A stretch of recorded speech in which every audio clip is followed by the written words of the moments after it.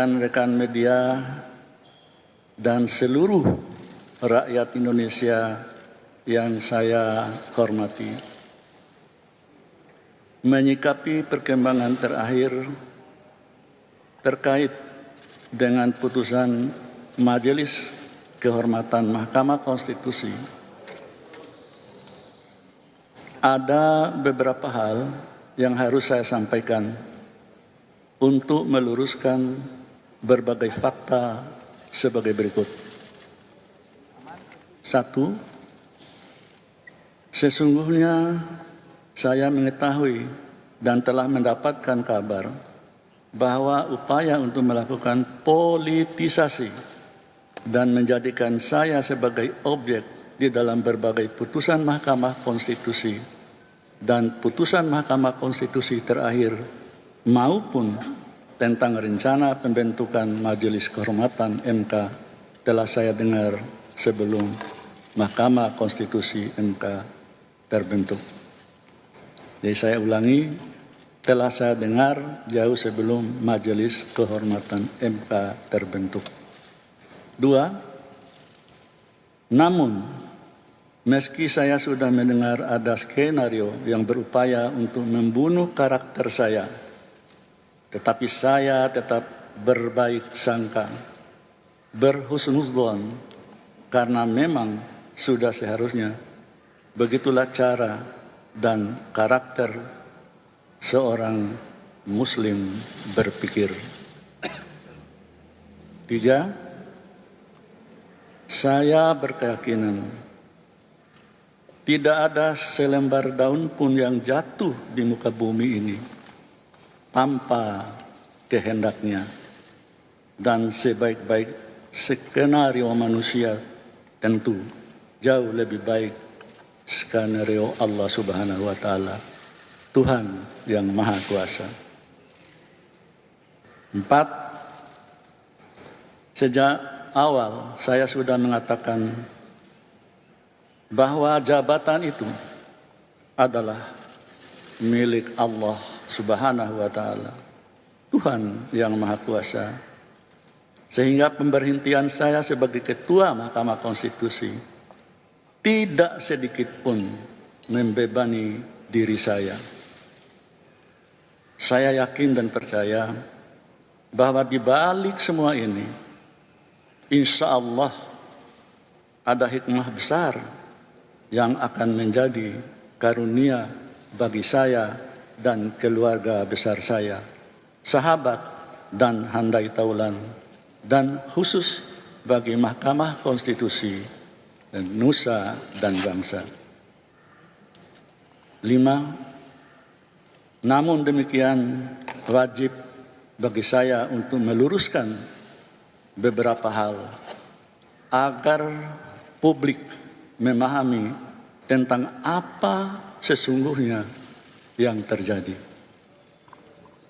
6. Yang pertama, meski saya mengetahui tentang rencana dan adanya skenario terhadap diri saya melalui pembentukan Majelis Kehormatan Mahkamah Konstitusi, saya tetap memenuhi kewajiban saya sebagai Ketua MK untuk membentuk Majelis Kehormatan Mahkamah Konstitusi sebagai bentuk tanggung jawab amanah jabatan yang diembankan kepada saya selaku Ketua Mahkamah Konstitusi. 7. Yang kedua, saya menyayangkan proses peradilan etik yang seharusnya tertutup sesuai dengan peraturan Mahkamah Konstitusi dilakukan secara terbuka. Hal itu secara normatif tentu menyalahi aturan dan tidak sejalan dengan tujuan dibentuknya Majelis Kehormatan yang ditujukan untuk menjaga keluhuran dan martabat hakim konstitusi, baik secara individual maupun secara institusional. Kedelapan, begitu pula halnya tentang putusan Majelis Kehormatan Mahkamah Konstitusi. Meski dengan dalih melakukan terobosan hukum dengan tujuan mengembalikan citra Mahkamah Konstitusi di mata publik, hal tersebut tetap merupakan pelanggaran norma terhadap ketentuan yang berlaku. Namun, sebagai Ketua Mahkamah Konstitusi saat itu, saya tetap tidak berupaya untuk mencegah atau intervensi terhadap proses atau jalannya persidangan Majelis Kehormatan Etik yang tengah berlangsung.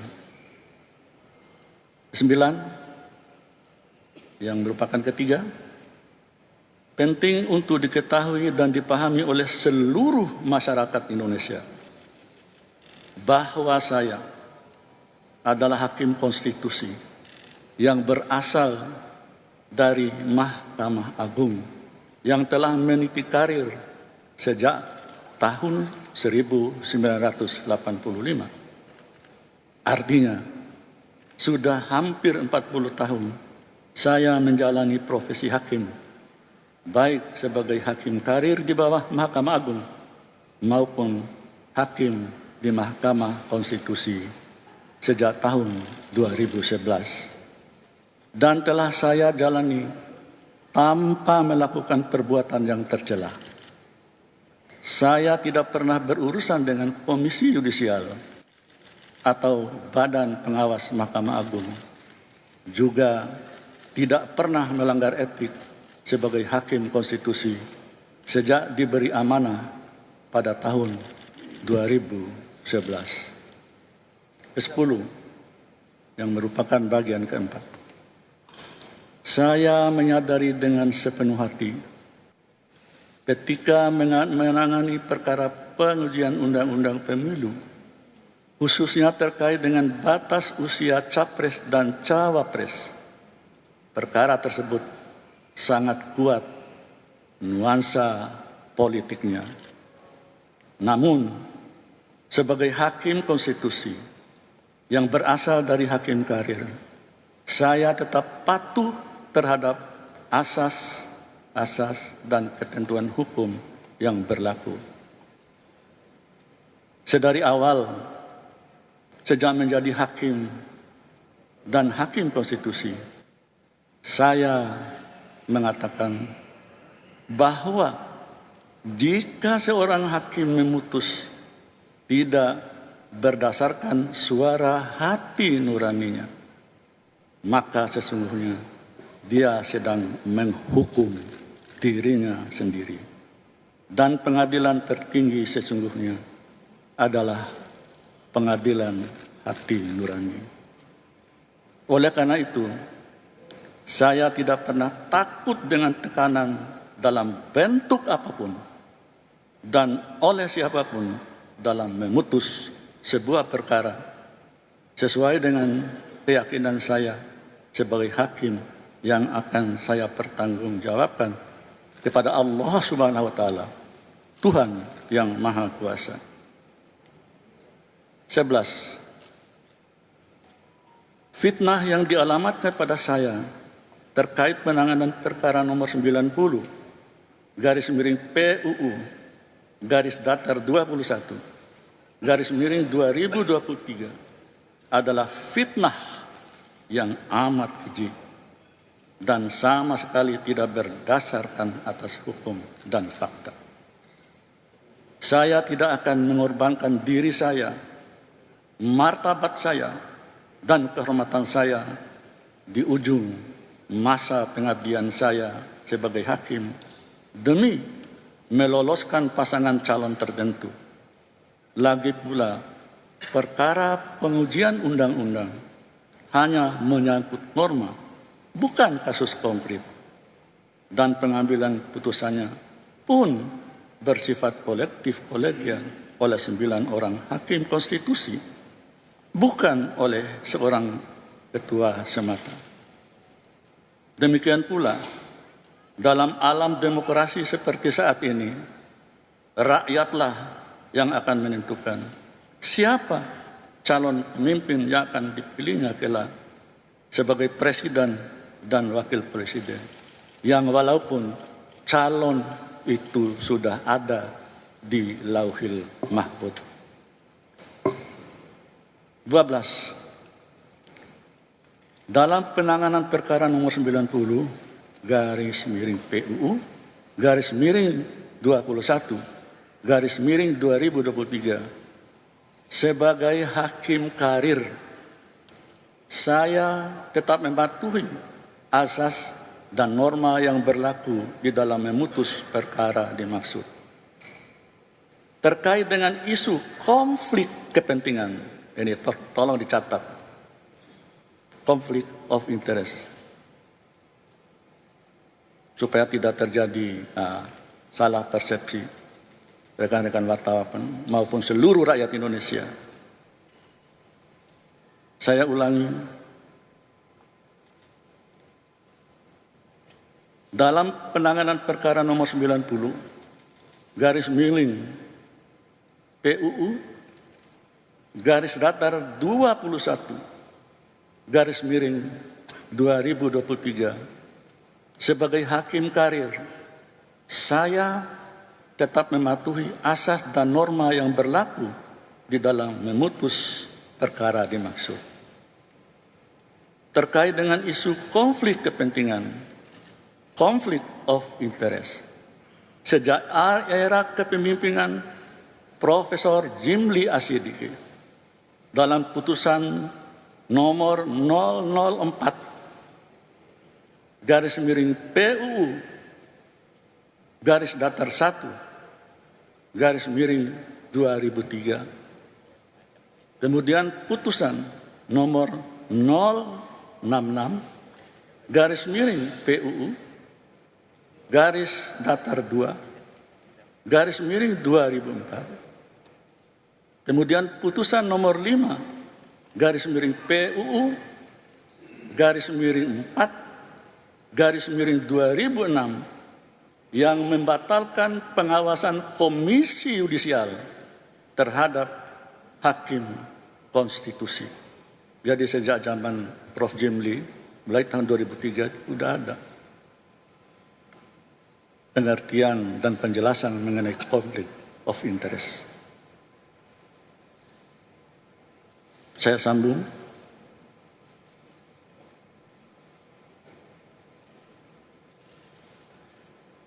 Putusan nomor 48 garis miring PUU garis miring 9 garis miring 2011, kemudian putusan nomor 49 garis miring PUU garis datar 9 garis miring 2013 di era kepemimpinan Profesor Dr. Mahfud MD.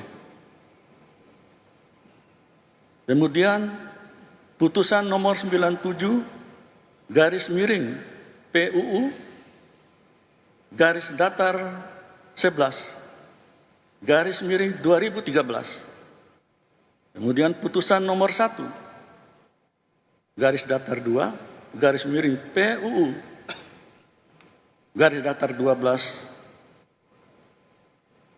garis miring 2014 yang membatalkan Perpu Mahkamah Konstitusi di era kepemimpinan Bapak Hamdan Zulfa.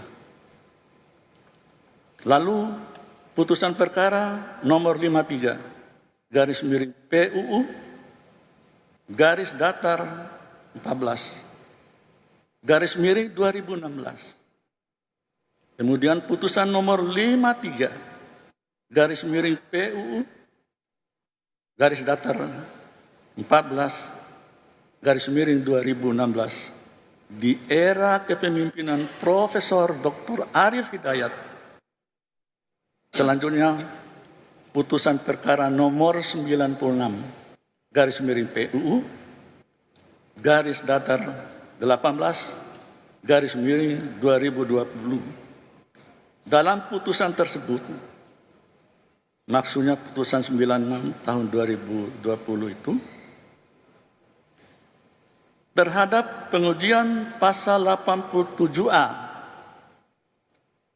karena norma tersebut menyangkut jabatan ketua dan wakil ketua, dan ketika itu saya adalah ketua MK dan wakilnya adalah Profesor Dr. Aswanto. Meskipun menyangkut diri saya tidak mempertahankan jabatan saya. Namun saya tetap melakukan dissenting opinion, termasuk kepentingan langsung Profesor Dr. Saldi Isra dalam pasal 87B terkait dengan usia yang belum memenuhi syarat. Jadi adik-adik, rekan-rekan wartawan bisa melihat rangkaian cerita makna konflik kepentingan. Ternyata mulai dari tahun 2003 di era kepemimpinan Pak Jimli Asyidik sudah ada. Dan itu ada beberapa putusan. Baik, saya sambung. 13. Dengan berbagai jurisprudensi di atas yang pada intinya menjelaskan bahwa perkara pengujian undang-undang di Mahkamah Konstitusi adalah penanganan perkara yang bersifat umum, bukan penanganan perkara yang bersifat pribadi atau individual yang bersifat private. Maka berdasarkan jurisprudensi di atas dan norma hukum yang berlaku, pertanyaannya adalah, apakah sebagai hakim konstitusi dan ketua Mahkamah Konstitusi saya harus mengingkari putusan-putusan terdahulu? Saya ulangi biar jelas. Apakah sebagai hakim konstitusi dan ketua Mahkamah Konstitusi saya harus mengingkari putusan-putusan terdahulu karena disebabkan adanya tekanan publik atau pihak tertentu atas kepentingan tertentu pula? Atau saya harus mundur dari penanganan perkara 96 garis miring PUU garis miring 18 garis miring 2020 demi menyelamatkan diri sendiri? Sebagaimana saya jelaskan di atas, jika hal itu saya lakukan, maka sama halnya saya menghukum diri saya sendiri karena tidak sesuai dengan keyakinan saya sebagai hakim dalam memutus perkara. Bahkan secara logis sangat mudah bagi saya untuk sekedar menyelamatkan diri sendiri dengan tidak ikut memutus perkara tersebut, karena jika niat saya dan para hakim konstitusi untuk memutus perkara tersebut ditujukan untuk meloloskan pasangan calon tertentu, toh juga bukan kami yang nantinya punya hak untuk mengusung calon presiden dan calon wakil presiden, dan yang akan menentukan siapa calon pasangan terpilih kelak tentu rakyatlah yang menentukan hak pilihnya melalui pemilihan umum. 14. Telah berulang kali saya sampaikan di hadapan publik nukilan ayat Quran dan kisah-kisah di zaman Rasulullah dan para sahabat tentang pentingnya berlaku adil, apalagi bagi seorang hakim. Namun fitnah yang keji justru datang kepada saya bahwa saya dianggap menggunakan dalil agama untuk kepentingan tertentu. Na'udzubillahi min dzalik.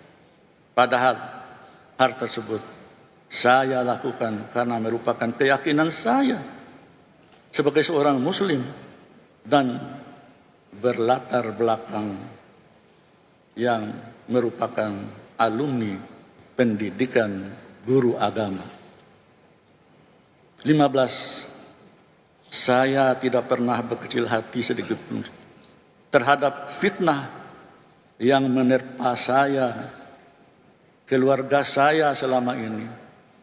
Bahkan ada yang tega mengatakan MK sebagai mahkamah keluarga. Masya Allah. Mudah-mudahan diampuni oleh Allah Subhanahu wa Ta'ala.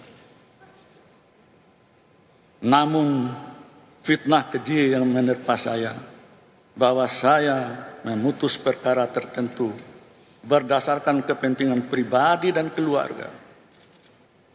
Hal itulah yang harus diluruskan. Seorang negarawan harus berani mengambil keputusan demi generasi yang akan datang. Jadi sebuah keputusan Mahkamah Konstitusi bukan berlaku untuk hari ini, tapi berlaku untuk generasi yang akan datang. Berbeda hanya dengan politisi, ya mohon maaf, yang mengambil keputusan berdasarkan kepentingan pemilu yang sudah menjelang. Putusan Mahkamah Konstitusi sekali lagi tidak berlaku untuk saat ini saja, tetapi berlaku untuk seterusnya. 16. Saat ini harkat, derajat, martabat saya sebagai hakim karir selama hampir 40 tahun dilumatkan oleh sebuah fitnah yang amat keji dan kejam. Tetapi saya tidak pernah berkecil hati dan pantang mundur dalam menegakkan hukum dan keadilan di negara tercinta. Saya tetap yakin bahwa sebaik-baik skenario manusia siapapun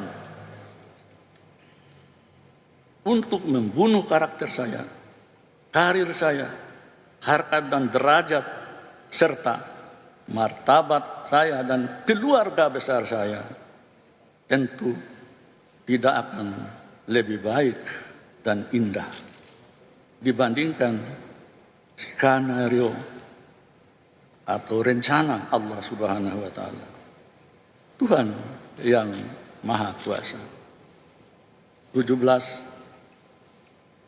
Saya hanya berpasrah diri kepada Allah Subhanahu wa Ta'ala atas fitnah dan fitnah yang keji dan kejam yang menimpa diri dan keluarga saya, serta diiringi selalu